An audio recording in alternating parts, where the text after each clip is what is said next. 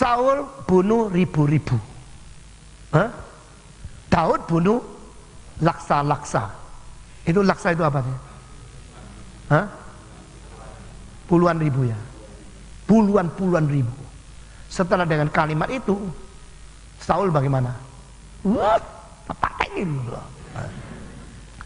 Tidak bisa mengasihi orang seperti kasih diri sendiri. Maka Konghucu mengatakan tidak. Seorang yang ren, fu ren ze, mau tulis ya. Sebenarnya orang yang baik itu ya, ji li li ren, sendiri ingin berdiri tegak dan dia juga menginginkan orang lain berdiri tegak. Kalau engkau majikan menemukan pegawaimu ada kemungkinan potensi lebih pintar dari engkau, engkau terus tahan dia jadi pegawaimu atau mengharapkan satu hari dia bisa mendirikan company sendiri. Nah, ini artinya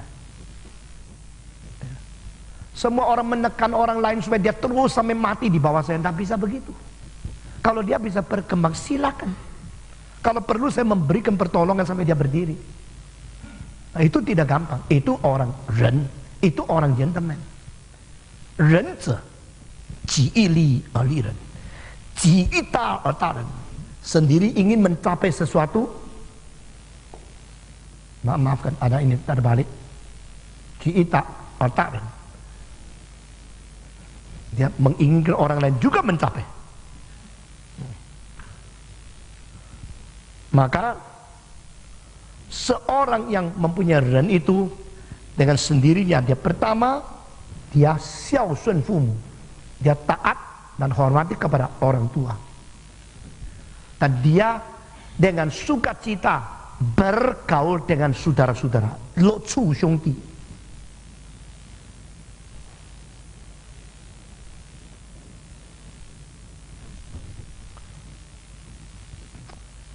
Kepada saudaramu bagaimana? Saudara mengiri saudara itu sering terjadi, khususnya di dalam kerajaan. Jadi raja itu ya, kalau cuma melahirkan satu anak itu paling ideal, ya toh. Besok yang meneruskan kerajaan ya itu, entah dia perempuan entah laki. Tapi raja biasanya itu doyan, sehingga nyonyai banyak, anaknya sebajak. Sesudah itu perang-perangan. Jadi kerajaan belum perang keluar, perang di dalam kerajaan istana itu sendiri. Jadi saudara menghadap saudara jadi musuh, melahirkan saudara untuk dibunuh, melahirkan adik untuk dibenci, untuk dibunuh oleh sendiri. Nah, ini adalah kejadian begini. Konghucu mengatakan tidak. Kepada orang tua engkau taat, kepada saudara engkau mempersaudarakan dia, engkau sukacita menghadapi saudaramu. Apalagi kalau saudara lebih pintar daripada kamu. Tidak gampang. Kalau menurut Adler itu murid daripada Sigmund Freud. Tahu Sigmund Freud? Sigmund Freud mempunyai dua orang penerus yang pintar. Satu sekali namanya Carl Jung, satu lagi Alfred Adler. Menurut Adler dia punya personality psychology, ya, psikologi ilmu jiwa daripada karakter. Dia mengatakan satu keluarga kalau beberapa saudara, biasanya nomor 2 pasti mau melampaui nomor 1 baru kamguan. Anak sulung disaingi terus anak kedua. Yang anak kedua angkat tangan. Di rumahmu yang angkat kedua angkat tangan. Ibu selalu mau mensaingi kakakmu kan? Lalu dia katakan, anak kecil yang paling kecil mau menyaingi semua. Lalu dengan teori itu saya perhatikan, memang betul. Anak kedua itu tidak kambuhan. Kalau kenapa saya kedua? Lalu selalu kacau sama yang pertama.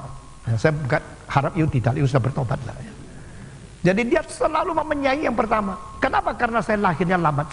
Apalagi lambatnya cuma 2 menit. Anak kembar, wah itu lebih kambuhan lagi. Ya. Tapi kalau sudah anak kedua, bedanya cuma 2 menit. Tetapi yang besar itu boleh jadi raja. Dia tidak boleh karena raja cuma 1 kan. Maka tidak heran kalau itu apa itu Putri Margaret yang baru meninggal, tahu nak? Adanya siapa? Elizabeth. Itu pengacau kerajaan Inggris berpuluh-puluh tahun. Karena dia sangat tidak senang. Kenapa kakak itu jadi ratu, saya jadi kutu? Kenapa dia jadi yang paling besar, saya ingin tahu loh begitu ya. Jadi dia kacau-kacau. Nah saudara-saudara, baik kepada saudara itu merupakan salah satu ekspresi daripada ren. Nah, tidak tentu you baik sama saudara, saudara baik sama you. Tapi itu soal dia. Kalau yang lain tidak baik sama kamu, tidak apa-apa. Kamu terus baik sama yang lain, itu saja. Amin. Musa diiri hati oleh kakaknya sama kakak perempuannya enggak? Iya loh. Akhirnya bagaimana? Mereka juga berjasa besar kan? Kenapa cuma lu tok yang hebat? Akhirnya Tuhan turunkan bencana sampai Miriam dapat penyakit apa? Kusta. Baru dia sadar dia salah. Tadinya taunya saya kakak, saya juga berjasa, saya iri hati. Tuhan bilang jangan cerewet. Sekarang saya membuktikan ini yang kupilih. Kau harus dihukum dulu. Sesudah hukuman baru sadar. Ya. Lalu teruskan. Kedua, di dalam ren, unsur kedua itu adalah tata krama. Harus sopan, harus hormat. Ketemu orang dewasa, orang tua, orang yang lebih senior dari engkau, caranya aturan mesti dijalankan. Nah, Kongfucu mengatakan, ya, keji fu ren, keji fu li wei ren. Orang yang bisa menguasai diri, lalu bisa menjalankan akan tata krama, itulah orang yang baik. Keji fu li wei ren. Jadi you tidak senang pun harus menguasai diri. You tidak setuju pun harus ikut peraturan. Jadi menguasai diri itu rahasia untuk menguasai semua. A man who can control himself can control the whole world. Orang yang sebelum mau menaklukkan seluruh dunia, taklukkan dirimu dulu. Karena diri kita adalah musuh kita sendiri yang paling besar. Kalau engkau bisa mentaklukkan dirimu, taklukkan nafsumu, taklukkan segala tabiat jelek di hatimu, taklukkan ketamakanmu, takluk tabiat kebencian, keirian yang berada di dirimu, engkau takluk, engkau bisa menaklukkan banyak orang. Paling susah ditaklukkan yaitu diri kita. Diri kita itu mempunyai kuda liar yang tidak mau dikuasai, tidak mau dikendalikan. Kendalikan dulu dirimu. Maka engkau mengendalikan dirimu, lalu menjalankan tata krama. Engkau orang baik, orang berperi kemanusiaan. Taklukkan diri, jalankan tata krama. Ya, Paulus mengatakan, aku adalah menyerang diri supaya diriku takluk kepada diriku. Nah, kalimat itu telah mensplit diri menjadi dua, subjek dan objek. Aku menaklukkan, menyerang tubuhku supaya tubuhku menyerah dan takluk kepada diriku. Itu berarti with my own will, dengan kemauanku, aku memaksa diriku harus taat kepada diriku. Saya mau mengatur kamu, aku akan mendisiplin kamu. Kamu itu siapa? Yaitu tubuh ini loh, my body, my physical body. I try to control, to conquer, to overcome my body. Let my body submit to myself. Dengan keadaan begini itu namanya self-discipline. Self-control, self-discipline itu adalah starting point of righteousness, of goodness in your character. Nah ini kalau sudah jalan, itu namanya orang baik. Mempunyai peri kemanusiaan, melaksanakan kebajikan, keadilan dan kelembutan, mulai daripada engkau bisa kuasai dirimu. Ya, ini ada kedua. Lalu menjalankan tata krama. Tata krama itu rumit sekali. Ya. Saya kalau ke Beijing, saya melihat itu raja waktu menyembelih sapi, lalu dipersembahkan kepada Allah yang di surga. Itu ada heavenly temple di Beijing, pernah lihat enggak? Ya. Itu adalah arsitektur yang paling indah di antara semua arsitektur Tionghoa, yang atapnya begini. Sini marmer.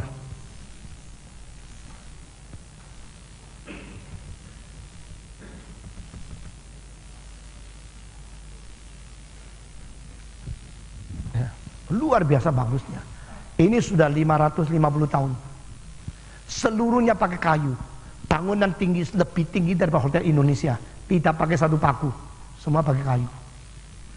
Dan di atasnya itu, atap itu semua dihitung seperti semua bintang-bintang langit. Sehingga ini menganggap ini adalah sesuatu image daripada langit yang berada di bumi. Dan raja harus mewakili seluruh rakyat 1 tahun 1 kali memberikan persembahan kepada langit, supaya langit menjatuhkan hujan, menurunkan anugerah, dan memberikan kesuburan kepada panen di Tiongkok. Seluruh negara diwakili oleh raja yang adalah anak langit datang di situ. Dan waktu dia mengikuti perjalanan ke situ, itu kira-kira perjalanan raja itu jalan kaki harus menuju ini mesti kira-kira hampir 1 kilometer. Sampai di mana mulai sapi dikeluarkan, baju apa yang dipakai, musik apa dibunyikan. Itu tata krama.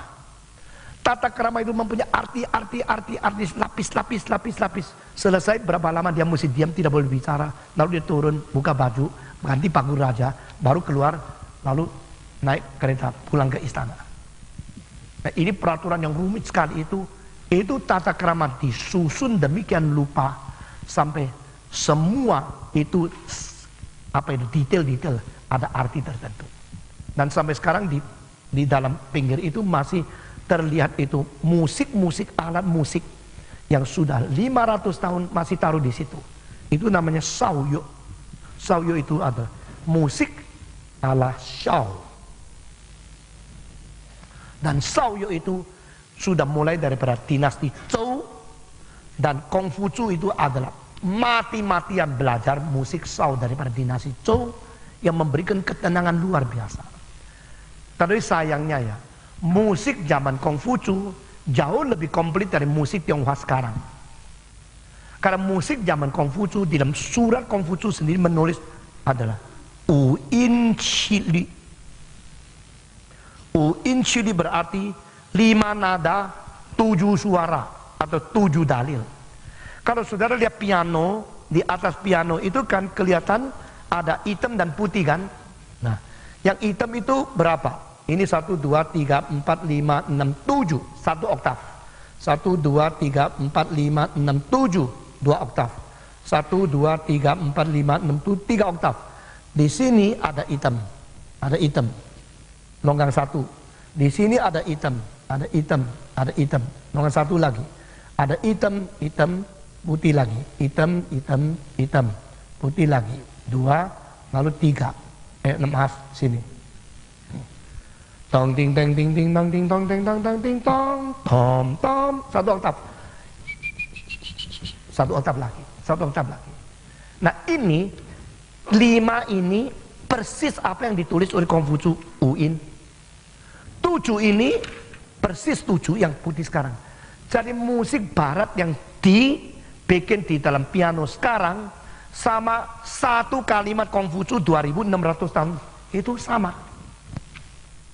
Lalu kalau engkau tidak tabu yang putih, cuma tabu yang hitam, keluar suara apa?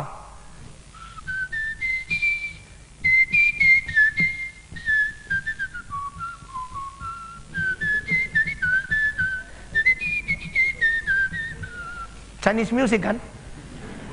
Ya kan? Nah, musik Cina itu terbentuk dari 5 suara. 5 suara itu tong teng ting tong tang, tang tong ting teng tong. Tong tang tong tang tong ting tong ting teng ting tong tang tong tong. Begitu kan? Kalau musik Jawa juga 5 suara, tapi bukan dari sini, dari sini.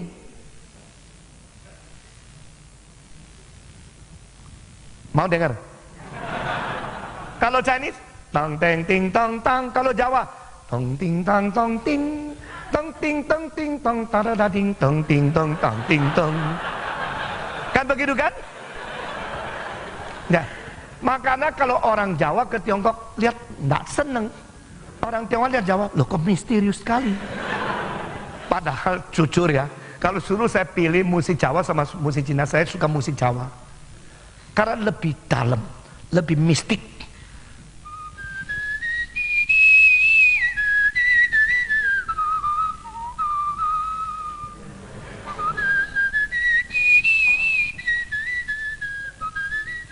Begitu kan? Kalau Chinese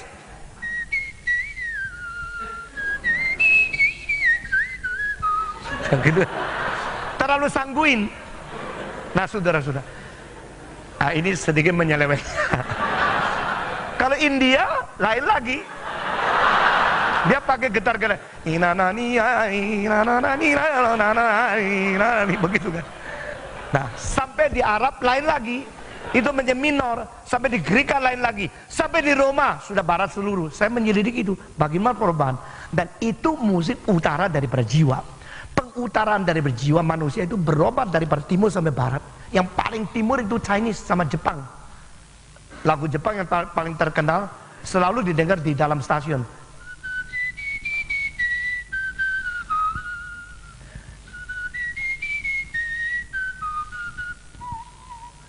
Tahu kan? Itu sanguin sekali. Sampai pada itu di Greka dan sebelumnya di Byzantium. Dan sebelum di Arab itu menjadi melankolik sekali. Maka kalau you dengar orang ngaji ya, gitu ya. Itu ya ndak Tiongkok, ya ndak Eropa, ya ndak India, ya ndak Greka. Itu di tengah situ. Nah, waktu musik ini dimainkan zaman Konghucu itu memang 5 sama 7. Kenapa sekarang musik Tionghoa cuma sisa 5? Yang 7 ini mana? Sekarang saya kasih tahu ya. Yang 7 itu sudah hilang. Kenapa hilang? Karena itu musik yang terakhir. Alat musik yang paling lengkap itu punya seorang bangsawan yang Senya Chen. Dan waktu dia kubur, musik Tiongkok yang paling indah dan paling sempurna, semua ikut dikuburkan. Sesudah itu tidak ada pernah orang bisa mendengarkan musik yang 7 tambah 5. Yang sisa cuma 5. Jadi Tiongkok mengalami kuburan kali ini. Musik bukan evolusi, devolusi 2500 tahun. Sampai kalau saya tidak salah 1974. Di dalam penggalian, ya, discovery, di dalam itu unearth, menemukan alat-alat musik itu, baru kaget. Kalau gini kita baru mengerti Konghucu punya zaman musiknya itu lengkap seperti sekarang. Lalu selama 2500 tahun tidak ada lagi musik itu. Hanya ada lagi musik itu, yang 5 itu. Jadi Shao Yu zaman Konghucu mempunyai perlengkapan, mempunyai kesempurnaan komplitnya seperti musik barat sekarang. Sayang sekali. Waktu ditemukan itu puluhan gong yang berbunyi nada berbeda-beda di Tiongkok. Akhirnya pemerintah Beijing mereplika, replika bukan kopi ya. Kopi itu sembarangan. Replika menuntut bahannya, bentuknya, suaranya harus mirip sama asli. Itu namanya replika. Cloning. Jadi dia replika satu set seluruhnya. Lalu yang asli disimpan di museum, yang replikanya diperbolehkan dipinjam ke seluruh dunia untuk pameran di museum-museum lain. Saya pernah melihat dengan mata di atas kepalaku sendiri ini, replikanya itu 2 kali. 1 kali di Washington DC, 1 kali di Singapore Museum. Dan dibunyikan luar biasa. Nah saudara-saudara, sedikit pengertian mengenai itu alat dari bell. Kalau bell barat adalah bundar atasnya begini, begini kan? Lalu begini kan? Tang, tang, begitu kan? Tetapi 2500 tahun yang lalu, Tiongkok punya bell ndak gini. Ini bell kalau dibikin ada diameternya begini, lalu tengahnya begini, pantolan begini, ini pantolannya begini, dari atas lihat, dari lubang itu lihat. Tiongkok punya bel bukan bundar begini loh, tapi Tiongkok punya bel adalah begini, kayak mata. Hah? Lalu diselidiki oleh ahli suara zaman abad ke-20, apa bedanya? Waktu diselidiki sampai laporan keluar, kaget. Karena belnya barat itu adalah gundul-dul. Begini. Belnya Tiongkok adalah begini. Ya. Lalu di sini bukan gundul. Ada tempat-tempat seperti duren yang keluar. Keluar satu-satu. Laporan itu memberitahu bel semacam Tiongkok ini karena lonjong dan bukan benar. Maka kalau dipukul dari sebelah sini, teng, sebelah sini, tong, 2 suara. Yang barat cuma 1 nada. Jadi Tiongkok pinter ya, hemat ya. Selalu satu uang investasi 2 tempat. Satu modal puter 2 kali. Ya. Satu lonceng 2 suara, coba lihat. Ya. Satu rumah 2 nyonya, itu selalu begitu. Kedua, karena ada ininya, duren-durennya ini, maka setelah teng, itu proyeksinya itu bisa 2-3 kali lebih jauh dari ini. Jadi bijaksana waktu itu dari mana? Kok pinternya kayak gitu loh. Ya. Sampai 2000-an tahun seluruh dunia lonceng tidak ada yang model gini. Tetap gini kecil-kecil. Apalagi yang taruh dipajang di apa itu Christmas tree yang tidak bunyi. Sudah bikin bahan tidak bunyi. Ini. Nah, saudara-saudara, maka bagi Konghucu itu musik itu penting. Kita teruskan. Ketiga, nanti dulu. Nah, melalui di tata krama ini, maka dia mengatakan beberapa kalimat yang penting. Feili usi, yang tidak sesuai dengan kehormatan dan tata krama, jangan dilihat.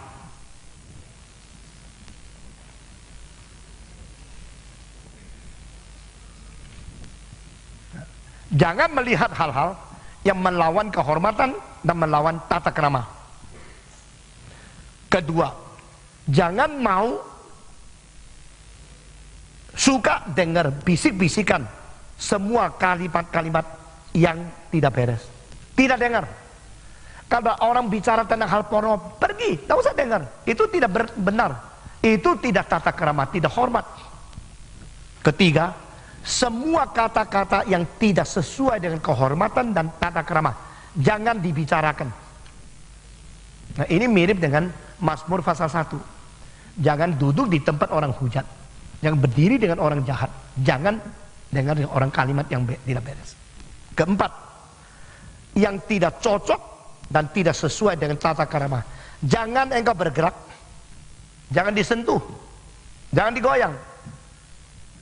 Dengan demikian, jagalah akan kehormatanmu di dalam seks, di dalam apapun, sesuai dengan tata krama yang sudah ditetapkan.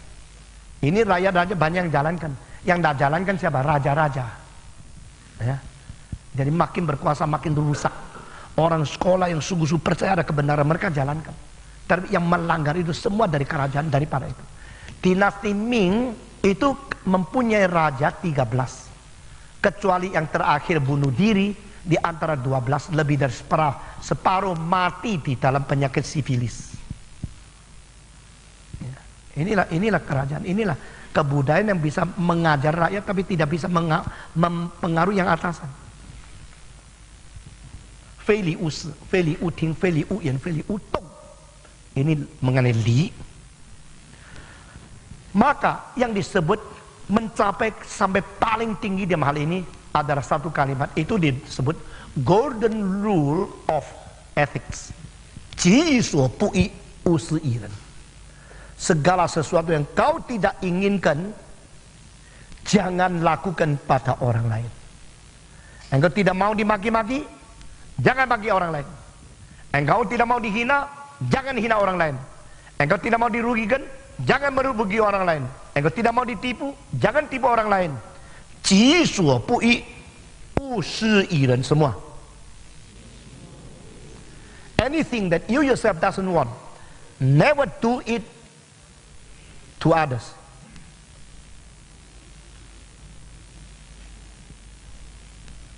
Salah gini. Ji suo pui usi iren. Anything you yourself doesn't want, do not do it to others. Never practice anything you doesn't like to others.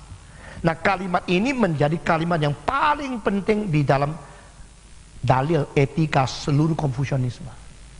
Paling terkenal.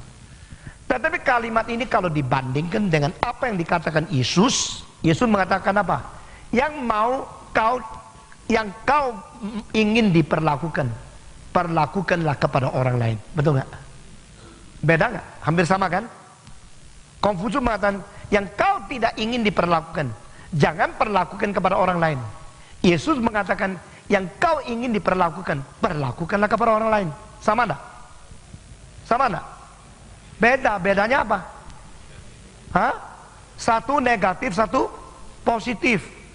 Yesus mengatakan, yang kau ingin dilakukan, lakukanlah kepada orang lain. Berarti engkau subjek, engkau mempunyai kewajiban melakukan sesuatu. You have to do it first. You are initiator. You should take the risk, even though dangerous. You like do it to others, but you like to be done like that. Jadi Yesus mengajar kita menjadi penantang, pekerja yang melakukan sesuatu, meskipun ada kesulitan. Tetapi engkau tidak mau orang lain melakukan seperti itu kepadamu.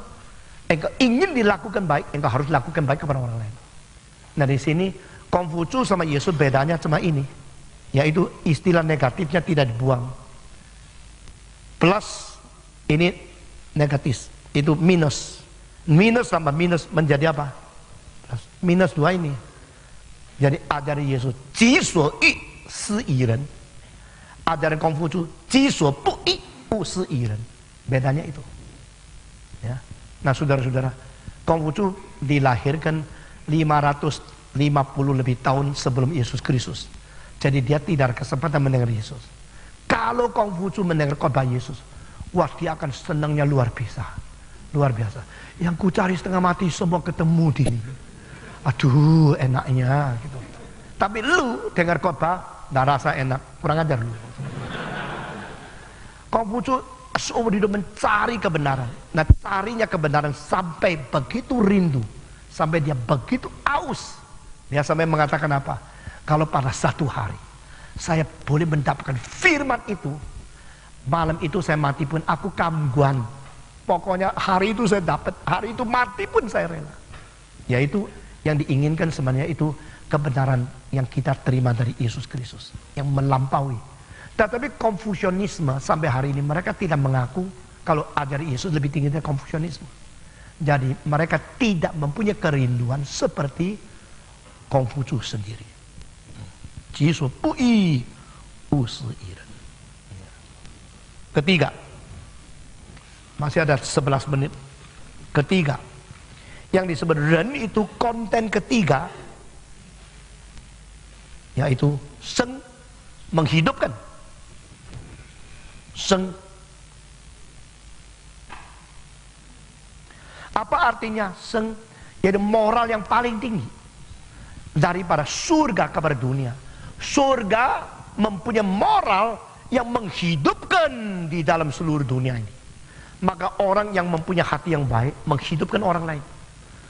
Artinya jangan ditafsirkan memberi uang supaya dia tidak usah kerja supaya dia hidup. Bukan itu. Menolong orang lain bertumbuh dalam hidup, membuat orang hidup lebih berarti, mengisi hidup orang lain. Itu adalah satu ren yang besar sekali.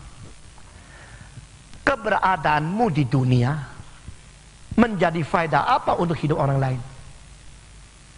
Kalimat yang paling penting dari Dr. Samratulangi ada arti hidup adalah menghidupkan hidup. Nah itu maknanya sama seperti ini. Jadi to live is to make other lives more more living in the goodness, more meaningful. Jadi mempertumbuhkan hidup yang lain, menyambung, meneruskan, melestarikan hidup seluruhnya. Langit memberikan hidup kepada alam semesta, sehingga alam semesta hidup tidak berhenti-berhenti. Seng seng pusi, tian zi da de ci seng yu di.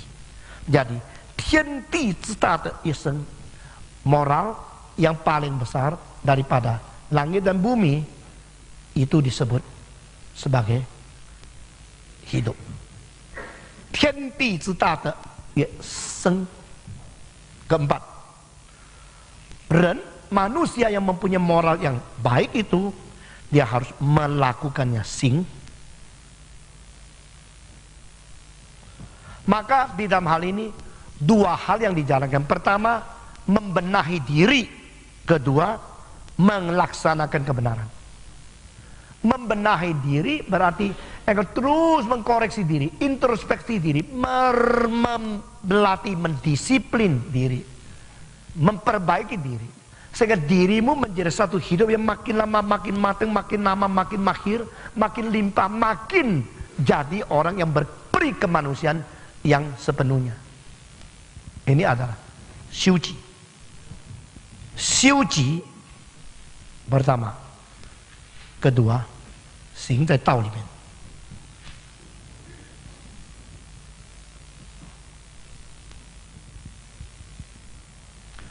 Kalau engkau bisa melatih diri, engkau menjalankan kebenaran, maka engkau gampang mencintai sesama manusia. Dengan demikian, orang lain akan mendapat berkat dan rakyat akan bertumbuh, masyarakat akan dibangunkan. Dan ini adalah mengenai. Nah, hari ini kita akan sampai di sini dulu. Besok sore kita mulai mengenai pendidikan di dalam teori daripada Konghucu. Dan juga kalau perlu besok kita ada berapa hari semuanya? 5 malam ya. Ada 1 malam saya mengulangi dan menambah lebih banyak dari bahan dulu. Siapa gentleman dan siapa orang kecil? Di dalam Konghucu dibeda ada 2 macam orang. Orang agung sama orang yang remeh, orang yang hina. Orang yang agung itu gentleman, orang yang remeh itu small man. Small man itu hatinya sempit, small man tahunya cuma apa itu keuntungan sendiri dan tidak pentingkan kebenaran. Nah, kita akan bedakan itu dengan baik. Sehingga kita dididik melalui ajaran-ajaran yang agung di dunia, bagaimana sebagai orang Kristen mempunyai sasaran lebih hidup mirip daripada Yesus Kristus. Sampai di sini dulu, mari kita berdoa. Saudara Joko pimpin kita dalam doa.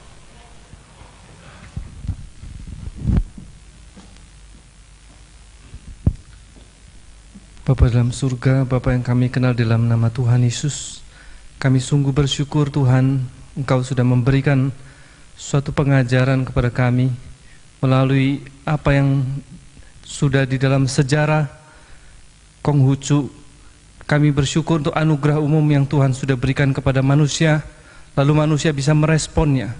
Kami boleh bersyukur terlebih untuk anugerah khusus yang sudah kami terima di dalam Kristus yang menyelamatkan kami. Kami mohon ya Tuhan, Kau memberikan kami kerendahan hati dan kemauan untuk terus maju untuk mendidik diri kami, supaya Tuhan dipermuliakan di dalam kehidupan kami. Sertai kami ya Tuhan dalam perjalanan kami pulang. Beri kami kekuatan untuk esok hari dan sampai pada hari akhirnya. Kami serahkan seluruhnya dalam tangan Tuhan. Dalam nama Tuhan kami Yesus Kristus kami sudah berdoa. Amin. Amin. Selamat malam. Saudara-saudara, saya tanya dulu. Momentum ada di luar enggak? Hah? Untuk yang hadir di sini semua diberikan bebas ya. Momentum diberikan. Kalau you mau lebih daripada 1, baru you kasih persembahan. Goceng sampai ceban, tergantung you punya gerakan dari Tuhan bagaimana. Jadi saudara di luar kalau ada boleh ambil 1 momentum secara bebas. Terima kasih.